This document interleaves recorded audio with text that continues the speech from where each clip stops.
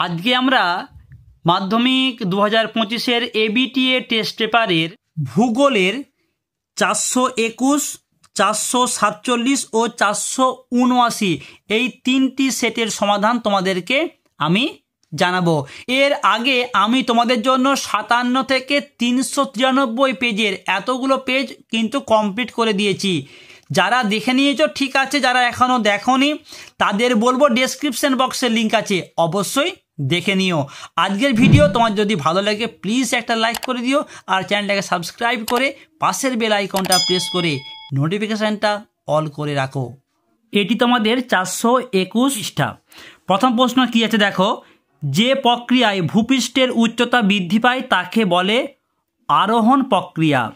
2 নম্বর প্রশ্ন, মরুপ্রায় ভূমিতে কঠিন শিলাগঠিত কিছু অনুচ্চ পাহাড় অবশিষ্টাংশ ভূমিরূপ হিসাবে থেকে যায় তাকে বলে ইনসেলবার্গ।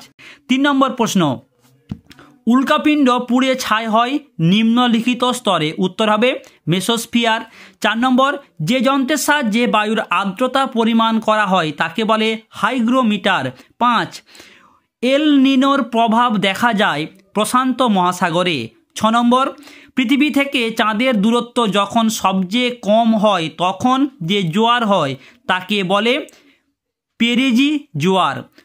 7, নিম্নলিখিত বর্জ্য পদার্থ জৈব অভঙ্গুর বর্জ্য। এখানে দেখো যেগুলো দেওয়া আছে প্লাস্টিক, কৃত্রিম রাবার, অ্যালুমিনিয়ামের পাত সবগুলোই কিন্তু সঠিক, তাই এই প্রশ্নে সঠিক উত্তর আমরা বলবো অপশান ঘ। 8 নম্বর প্রশ্ন, ভারতের সর্ববৃহৎ নদী পরিকল্পনাটি হলো ভাকরা নাঙ্গাল। 9, উত্তর পশ্চিম ভারতে যে ধূলিঝড় দেখা যায় তা হলো আঁধি। 10 নম্বর প্রশ্ন, ভারতের সর্বাধিক জলসেচ করা হয় যে পদ্ধতিতে সেটি হলো কূপ ও নলকূপ। পরের প্রশ্ন, ভারতের কেন্দ্রীয় কফি গবেষণাগার অবস্থিত চিকমাগালুরে। 12 নম্বর প্রশ্ন, পশ্চিমবঙ্গে পেট্রোকেমিক্যাল শিল্প কেন্দ্র অবস্থিত হলদিয়াতে। 13, ভারতে বেসরকারি উদ্যোগে বৃহত্তম লোহা ইস্পাত কারখানা হলো, এই প্রশ্নের সঠিক উত্তরটি হবে টিসকো, টাটা আয়রন ও স্টিল প্ল্যান্ট। 14 নম্বর প্রশ্ন, টপোগ্রাফিক্যাল মানচিত্রে সমোন্নতি রেখা অঙ্কন করা হয় যে রং দিয়ে তা হলো বাদামি। শুদ্ধ অশুদ্ধ তোমরা দেখে নাও। প্রথমটা, জলপ্রপাতের পাদদেশে মন্থকূপের সৃষ্টি হয়, এটি অশুদ্ধ, সঠিক উত্তরটি হবে। দ্বিতীয় প্রশ্ন, ভাগীরথী এবং অলকানন্দা নদীর মিলনস্থল হলো দেবপ্রয়াগ, এটি সঠিক অর্থাৎ শুদ্ধ। 3 নম্বর, ভূমধ্যসাগরীয় অঞ্চলে সাধারণত গ্রীষ্মকালে বৃষ্টিপাত হয়, এটি অশুদ্ধ, সঠিক উত্তরটি হবে শীতকালে। 4 নম্বর প্রশ্ন, ভারতের সর্বোচ্চ মালভূমি ডেকান ট্যাপ, এটি অশুদ্ধ, সঠিক উত্তর লাদাখ। 5 নম্বর প্রশ্ন, দেরাদুনে ভারতের কেন্দ্রীয় অরণ্য গবেষণাগার অবস্থিত, একদম ঠিক, শুদ্ধ। 6 নম্বর প্রশ্ন, ভারতে বৃষ্টির জল সংরক্ষণে অগ্রণী রাজ্যটি হলো কেরালা, এটিও ভুল অর্থাৎ অশুদ্ধ, সঠিক উত্তরটি হবে তামিলনাড়ু। 7 নম্বর প্রশ্ন, মহাকাশে কৃত্রিম উপগ্রহ যেখান থেকে চালু হয় তা হলো প্ল্যাটফর্ম, এটি শুদ্ধ অর্থাৎ ঠিক। এরপরে চলে আসবো শূন্যস্থান পূরণে। ফানেল আকৃতি চওড়া নদী মোহনাকে খাঁড়ি বলে। মরু অঞ্চলে বায়ুর ড্যাশ কার্যের ফলে মরুদ্যান সৃষ্টি হয়, উত্তর হবে ক্ষয় কার্যের ফলে। 3 নম্বর, বায়ুর চাপের ঢাল বৃদ্ধি পেলে বায়ুর গতিবেগ ড্যাশ পায় বৃদ্ধি পায়। ড্যাশ স্রোত সমুদ্রতলের উপরিভাগ দিয়ে প্রবাহিত হয়, উত্তর হবে উষ্ণ স্রোত। 5 নম্বর প্রশ্ন, শীততাপ নিয়ন্ত্রক যন্ত্র ব্যবহারের ফলে বায়ুমণ্ডলে ড্যাশ গ্যাস নির্গত হয়, উত্তর হবে সিএফসি। নেক্সট প্রশ্ন, ক্রান্তীয় পূবালি জেট বায়ু ড্যাশ বায়ুকে ভারতে আসতে বাধা দেয়, উত্তর হবে মৌসুমী বায়ু। নেক্সট প্রশ্ন, ড্যাশ শহরকে দক্ষিণ ভারতের ম্যানচেস্টার বলা হয়, উত্তর হবে কোয়েম্বাটুর। এরপর দেখে নাও অতি সংক্ষিপ্ত 6টি প্রশ্ন। প্রথম প্রশ্ন, যে উচ্চভূমি দুটি নদী ব্যবস্থাকে পৃথক করে তার নাম হচ্ছে জলবিভাজিকা। দ্বিতীয় প্রশ্ন, বায়ুমণ্ডলে কোন স্তরে জেট বায়ু যাতায়াত করে, উত্তর হবে স্ট্র্যাটোস্ফিয়ার। 3 নম্বর প্রশ্ন, একটি পৃথিবী বিখ্যাত সামুদ্রিক মগ্নচড়ার নাম হবে গ্র্যান্ড ব্যাংক। 4 নম্বর প্রশ্ন, পশ্চিম হিমালয়ের তাল কি আমরা বলতে পারি, তাল হচ্ছে একটা হ্রদ। 5 নম্বর প্রশ্ন, সমভূমির নবীন পলিমাটিকে কি বলা হয়? গাঙ্গেয় সমভূমির নবীন পলিমাটিকে কি বলে? উত্তর হবে খাদার। নেক্সট প্রশ্ন, ভারতের একটি জাহিদ শস্য ফসলের নাম আমরা বলতে পারি যে আউশ ধান। নেক্সট প্রশ্ন, ভারতের কোন মৃত্তিকা কার্পাস চাষের পক্ষে আদর্শ? উত্তর হবে কৃষ্ণ মৃত্তিকা। এরপর চলে আসবো ডান দিক বাঁ দিক।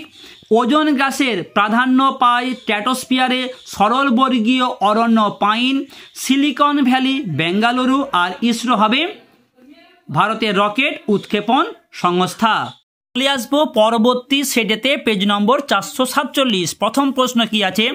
ভূমিভাগের উচ্চতা বৃদ্ধিকে বলে আরোহণ। দ্বিতীয় প্রশ্ন, অনেকগুলি করি একসাথে মিলিত হলে তাকে বলে পিরামিড চূড়া। 3 নম্বর প্রশ্ন, মৌতিক মেঘ দেখা যায় স্ট্র্যাটোস্ফিয়ারে। 4 নম্বর প্রশ্ন, বৃষ্টির ছায়া অঞ্চল দেখা যায় পর্বতের অনুবাদ ঢালে।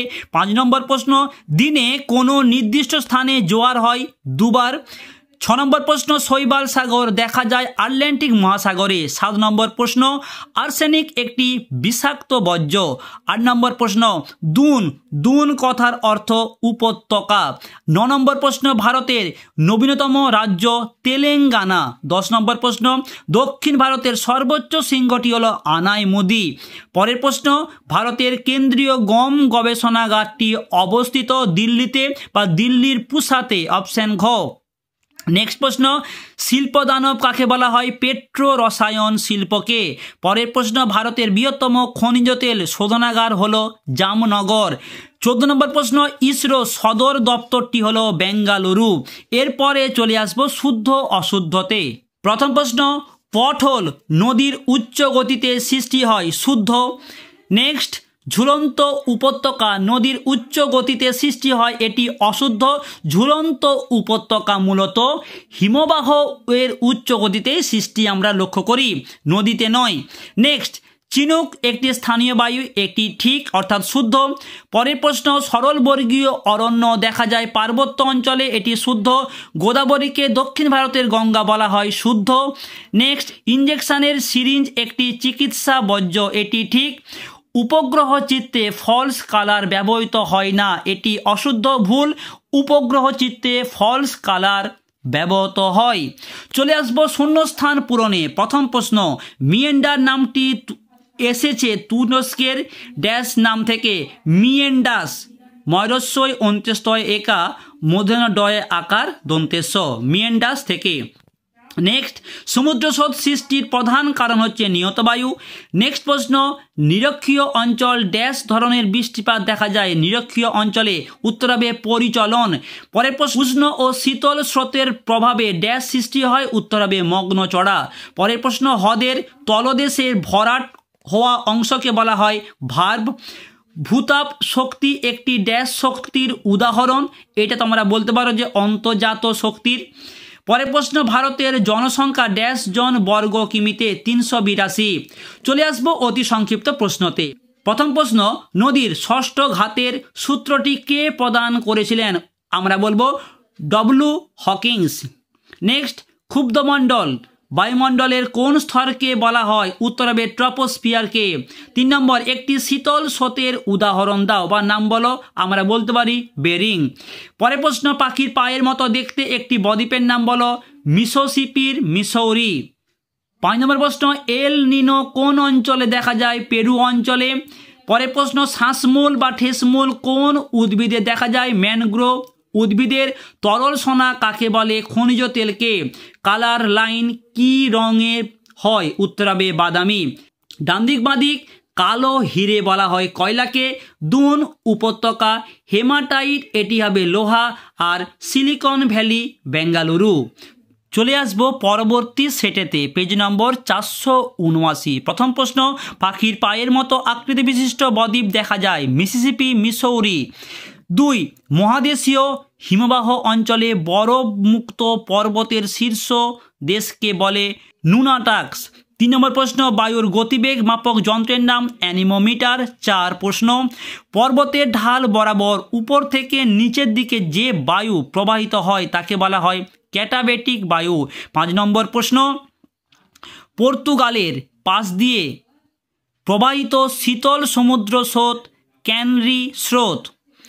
নম্বর প্রশ্ন, পৃথিবীর গুরুত্বপূর্ণ মৎস্য আরোহণ কেন্দ্রগুলি উন্নতি লাভ করেছে। উত্তর হবে উষ্ণ ও শীতল সমুদ্র স্রোতের মিলনের ফলে। নেক্সট প্রশ্ন, একটি জৈব ভঙ্গুর বর্জ্যের উদাহরণ দাও। উত্তর হবে ধানের খোসা। সাতপুরা একটি স্তূপ পর্বত। পরের প্রশ্ন, একটি পশ্চিম বাহিনী নদী হলো গঙ্গা, মহানদী, কৃষ্ণা, নর্মদা। এই চারটার মধ্যে কোনটা ঠিক হবে তোমাদেরকে বলবো, তোমরা প্লিজ একটু কমেন্ট করে জানাও। যে সবার প্রথমে সঠিক উত্তর দিতে পারবে নেক্সট ভিডিওতে তার নামটা আমি অবশ্যই ঘোষণা করব। প্রশ্নটা কি, একটি পশ্চিম বাহিনী নদীর নাম কি?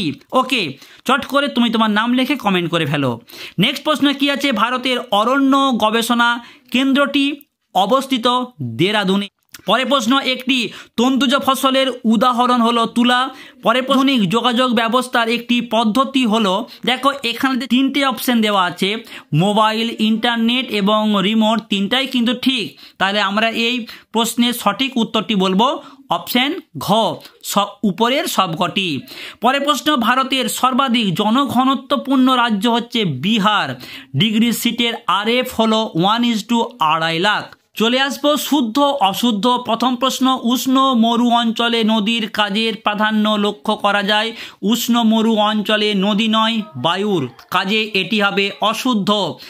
2 নম্বর প্রশ্ন, বৈপরীত্য উষ্ণতায় উচ্চতা বৃদ্ধির সঙ্গে সঙ্গে উষ্ণতাও বৃদ্ধি পায়, একদম ঠিক, শুদ্ধ। 3 নম্বর, দুটি মুখ্য জোয়ারের মধ্যে সময়ের ব্যবধান 12 ঘন্টা 26 মিনিট, শুদ্ধ। শীতল সমুদ্র স্রোত মেরু অঞ্চলে উৎপত্তি লাভ করে, একদম ঠিক, শুদ্ধ।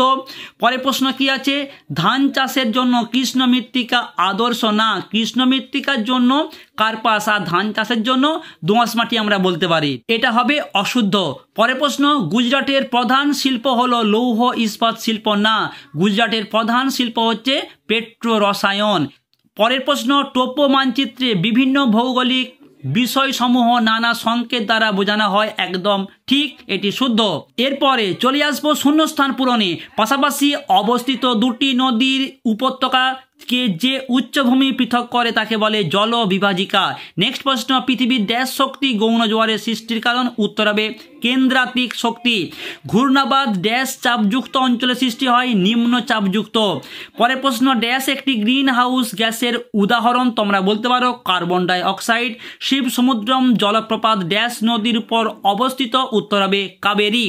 পরের প্রশ্ন, ড্যাশ শহরকে উত্তর ভারতের ম্যানচেস্টার বলে, কানপুরকে। পরের প্রশ্ন, মোট জনসংখ্যা এবং মোট আয়তনের অনুপাতকে বলে জনঘনত্ব। চলে আসবো অতি সংক্ষিপ্ত প্রশ্নতে। রাজস্থানের চলমান বালিয়াড়ি কি নামে পরিচিত? উত্তর হবে ধ্রেয়ান। নেক্সট প্রশ্ন, কোন অঞ্চলটি আন্তঃক্রান্তীয় অবিস্তৃতি অঞ্চল নামে পরিচিত, অর্থাৎ ITCZ? উত্তর হবে নিরক্ষীয় অঞ্চল। পরের প্রশ্ন, পৃথিবীর বৃহত্তম মগ্নচড়ার নাম কি? Grand bank. ভারতের একটি বৃষ্টির ছায়া অঞ্চলের নাম লেখো, শিলং। ভারতের শুল্কমুক্ত বন্দরের নাম কি? কান্ডালা। ভারতের কোন রাজ্যে বনভূমির পরিমাণ সবচেয়ে বেশি? উত্তর হবে মধ্যপ্রদেশ। প্লাস্টিক কোন জাতীয় বর্জ্যের উদাহরণ? উত্তর হবে জৈব অভঙ্গুর। শেষ প্রশ্ন, ইসরো প্রেরিত একটি কৃত্রিম উপগ্রহের নাম ইনসাট IRS। ডান দিক বাঁ দিক তোমরা দেখে নাও। সিলিকন ভ্যালি বেঙ্গালুরু, তাপবিদ্যুৎ কেন্দ্রের ছাই শিল্প বর্জ্য, চা বাগিচা ফসল, আর রেল ইঞ্জিন নির্মাণ কেন্দ্র হবে চিত্তরঞ্জন।